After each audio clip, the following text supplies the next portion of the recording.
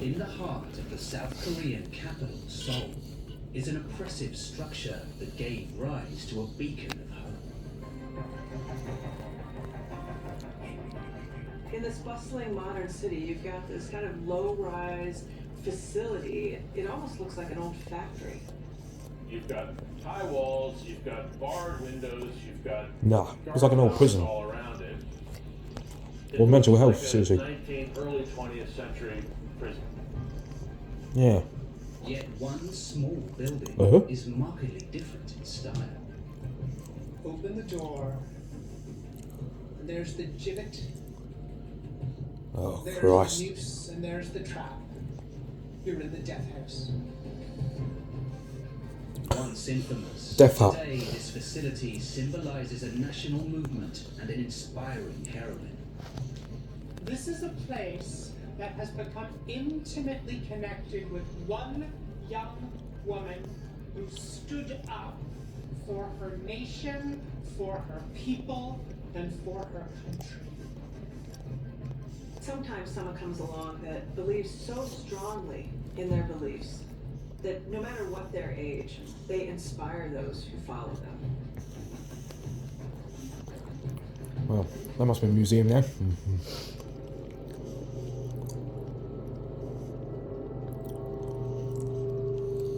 Or a memorial. The ones that Park died there. Hyun-mok is the executive director of this foreboding complex. 우리에게는 굉장히 아프고 잔혹한 곳으로 인식되어 있습니다. Yeah. 이곳에 계셨던 분들의 그 정신이 결국 우리나라를 이끌었던 정신이기 때문에 This is Sodaemun Prison, opened in the early 1900s.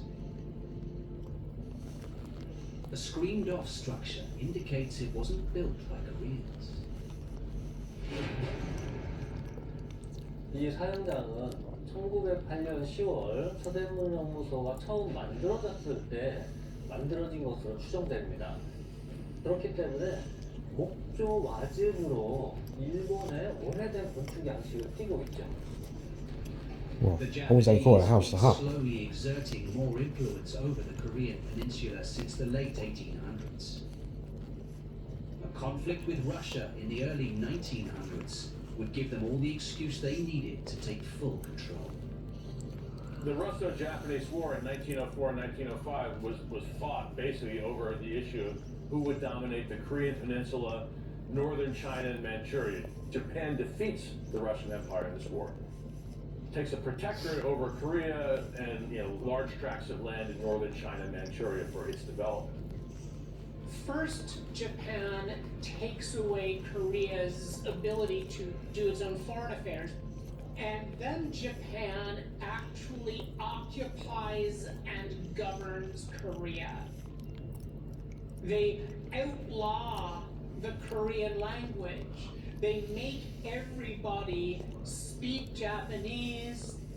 Koreans are meant to become second-class Japanese people instead of being who they are, Koreans. Many fought against the occupiers, but the Japanese authorities ruthlessly suppressed any opposition. 바로 여기 보이시는 이 교수줄에 목을 메어서 교수형을 집행하는 시설이고요. 그리고 이 사형장의 지하에는 이 시신을 밑으로 떨어져서 수송하는 공간이 지하에 위치하게 됩니다. Blimey. A sitting noose. Japan increasingly restricted Korean people's basic freedoms. They don't have the right to free speech. They don't have the right to a free press. They don't have the right peaceably to assemble. Japan is going to grip Korea and not even let it breathe. But the Korean people would not give up yet. On March 1st, 1919, those anti-Japanese feelings kind of came to a head. The people of Korea had had enough. They are out in the streets. They're assembling, which was against the law. They're waving the Korean national flag, which was against the law, and the Japanese had to stop it. Amongst the crowds was a young girl who would take great inspiration from this act of national defiance. Yu Guan-sun is a 16-year-old girl who's studying at a school in Seoul and joins this protest movement.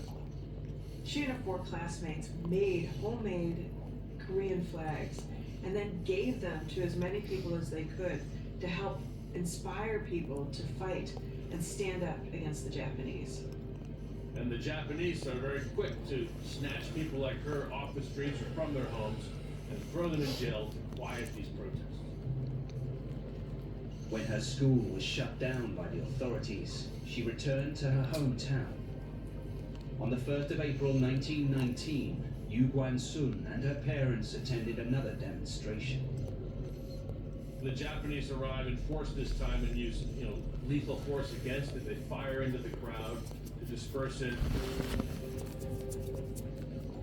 And they shoot Yu's parents. And from that point, they have created an enemy of Japan whose spirit they cannot break. She was arrested at the protest and sentenced to 5 years inside Sodaemun prison. The Japanese occupiers are dragging her into the belly of the beast. 유관순 열사가 이곳에 수감이 되었고 또 바로 이 8번 감방에 여러 동지들과 함께 수감이 되었습니다. 감방 안에 많은 사람들이 수감되었기 때문에 굉장히 비좁고 열악한 상황일 수밖에 없었죠. Despite the appalling situation, Yu and her comrades' spirit was not broken. A year to the day after the initial wave of protests swept across the country, they rebelled the only way they could. 1920년 3월 1일이 3.1운동 1주년이 되는 날이고요. 이 옥 안에서 유관순 열사와 같이 수감되었던 동지들과 함께 1920년 3월 1일 오후 2시경에 바로 이 안에서 만세를 부르기 시작했습니다. She leads the whole prison, the women, the men, in the chant for Korean freedom. And the Japanese were pitiless when it came to, rooting out the ringleaders and punishing, anybody who was organizing this kind of dissent. And so they identified you as one of the organizers. She was thrown into solitary confinement. 이곳은 마법사의 지하에 있는 유관순 열사가 수감되었을 것으로 추정되는 지하 감옥입니다. 물론 그 정확한 근거는 없지만 아마 이곳에서 고문을 당했을 것으로 전해져 내려오고 있습니다. The extent of her injuries sustained over the following 6 months is clear in photographs taken by her captors. 아마 유관순 열사의 이후의 사진 기록을 보면 얼굴이 굉장히 많이 부어 있는데요. 이곳에서 아마 주먹과 손바닥으로 얼굴 부분을 많이 가격을 당하신 그런 고문을 당했을 것으로 추정이 됩니다. Her own description of her torture is blood-chilling. She refers to her body being torn, her nostrils, her limbs. Those torturers took her apart in order to have their revenge. On September 28, 1920, she succumbed to her injuries. She died. She had been tortured to death. Yu was not alone in opposing the Japanese occupation. In the aftermath of the 1919 protests, 45,000 people were arrested and 7,500 were killed. But through her extraordinary bravery and commitment, Yu Guansun became an inspiration to those who continued to fight on. She really energizes the Korean nationalist movement. This is a story that spreads among Koreans and makes them all the more eager to achieve national independence. When the Japanese Empire crumbled in 1945, the prison passed into the hands of the newly liberated Korean state. It was eventually shut down in 1987.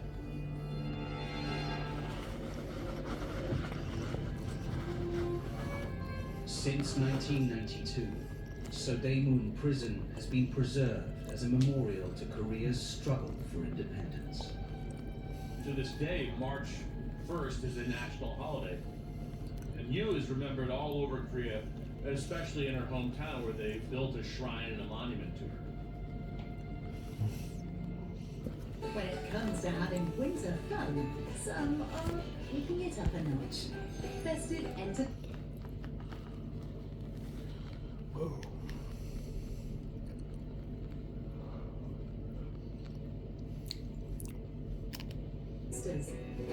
Festive Entertainment, proudly sponsored by Person. In County Down, Northern Ireland, is a fallen powerhouse once at the heart of its proud community.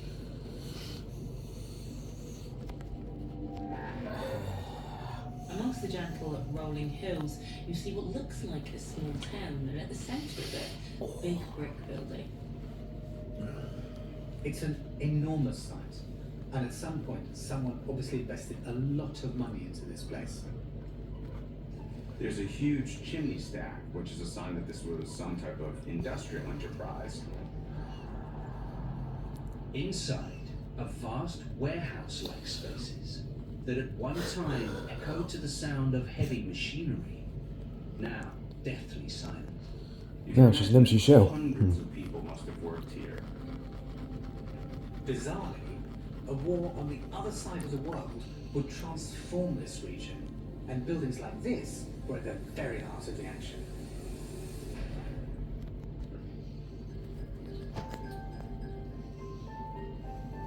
This is one of the last of these industrial structures we have here in Northern Ireland. It employed tens of thousands of people all across the country.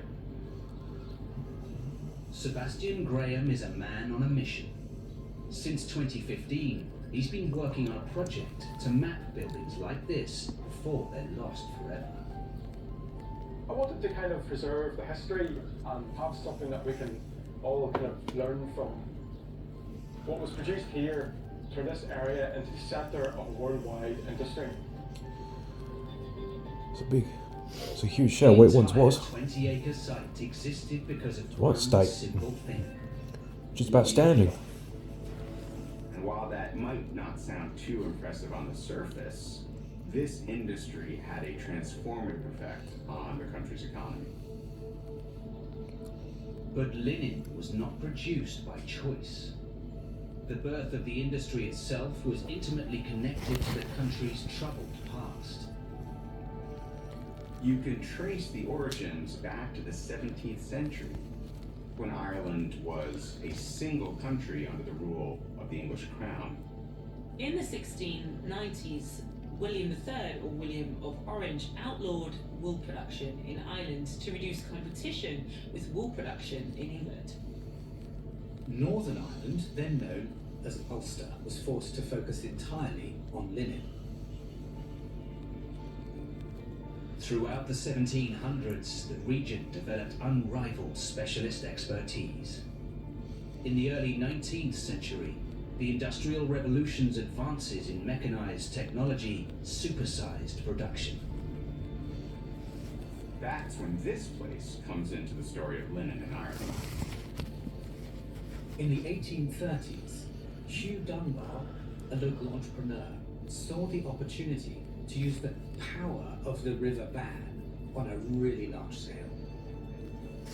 Dunbar partnered with some local men, and in 1837, construction began on what would be called Guildford Mill.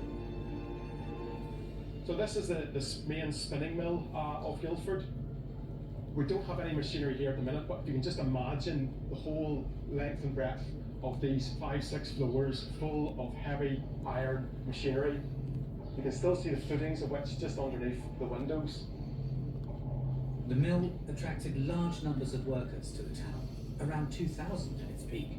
In order to house them all, Dunbar built rows and rows of terraced housing, many of which can still be seen today. By establishing these communities around the mill, the owners were ensuring they would have a consistent, stable workforce. This was great for business, but the mill owners' motivations weren't purely economic. Hugh Dunbar was famously philanthropic, with a genuine ambition to improve the lives of his workers. And so he also built schools, a fever hospital, and churches, including Methodist, Presbyterian, and Roman Catholic. I suppose because of the different religious divides in Ireland at the time, it was kind of unusual that he would go to the efforts to ensure that they had their own space. His idea was to have people employed, ensure that they were integrated in society as well, and part of the community. Though Dunbar had his workers' best interests at heart, danger still lurked around every corner. The flax in here had to be kept wet. Humidity was needed to bind the linen threads together to make it into a very strong, versatile product. So you can imagine how hot and damp the atmosphere needed to be because of that wet spinning process. If they wore shoes or anything like that, it just would have rotted essentially over time. So for the workers in here, a lot of them were working in bare feet. They experienced all sorts of ailments. The most common among them was toe rot, which was very similar to trench foot, as soldiers in the First World War suffered. The stifling heat and damp conditions were also the perfect incubator for tuberculosis, which inflicted a significant number of the workers. In general, working in a lot of these mills was difficult, hard work, in some cases poorly paid. But the alternatives to that were the workhouse, so there were really no alternatives. Despite the terrible conditions, the skilled workers under Dunbar's stewardship helped Guildford grow to become one of the largest mills in Ireland.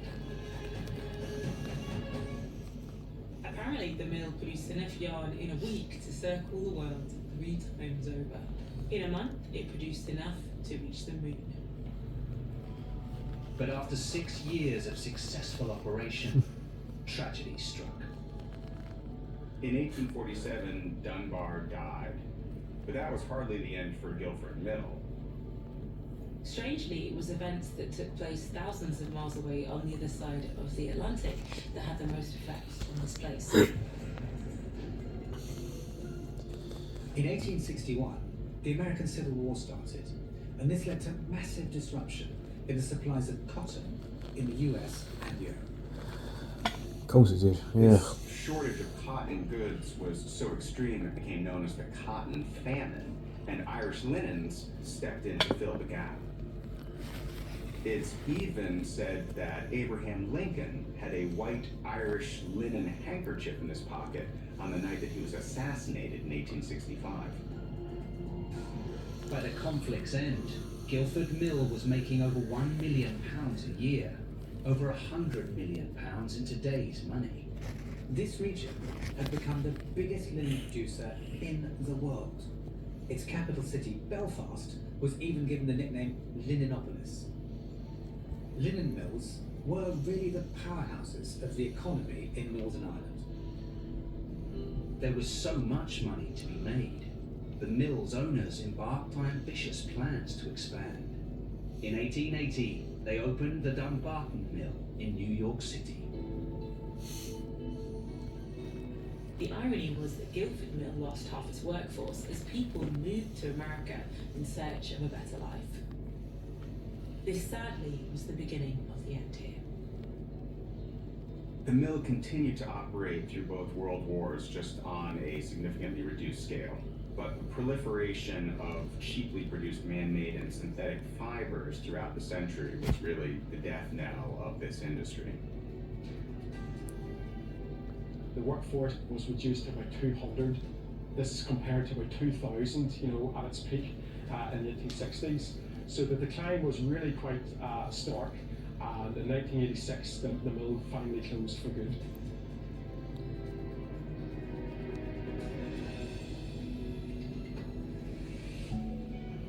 Since production ceased, the Guildford Mill complex has been the subject of a number of false dawns in terms of its redevelopment. But now, it looks like the current plans will come to fruition. The new owners want to transform the site into something once again the community can be proud of. So I think it's vital that the buildings are retained as much as possible, because it tells you the whole story of how Guildford came about. There's over 200 years of Irish history locked up between these walls.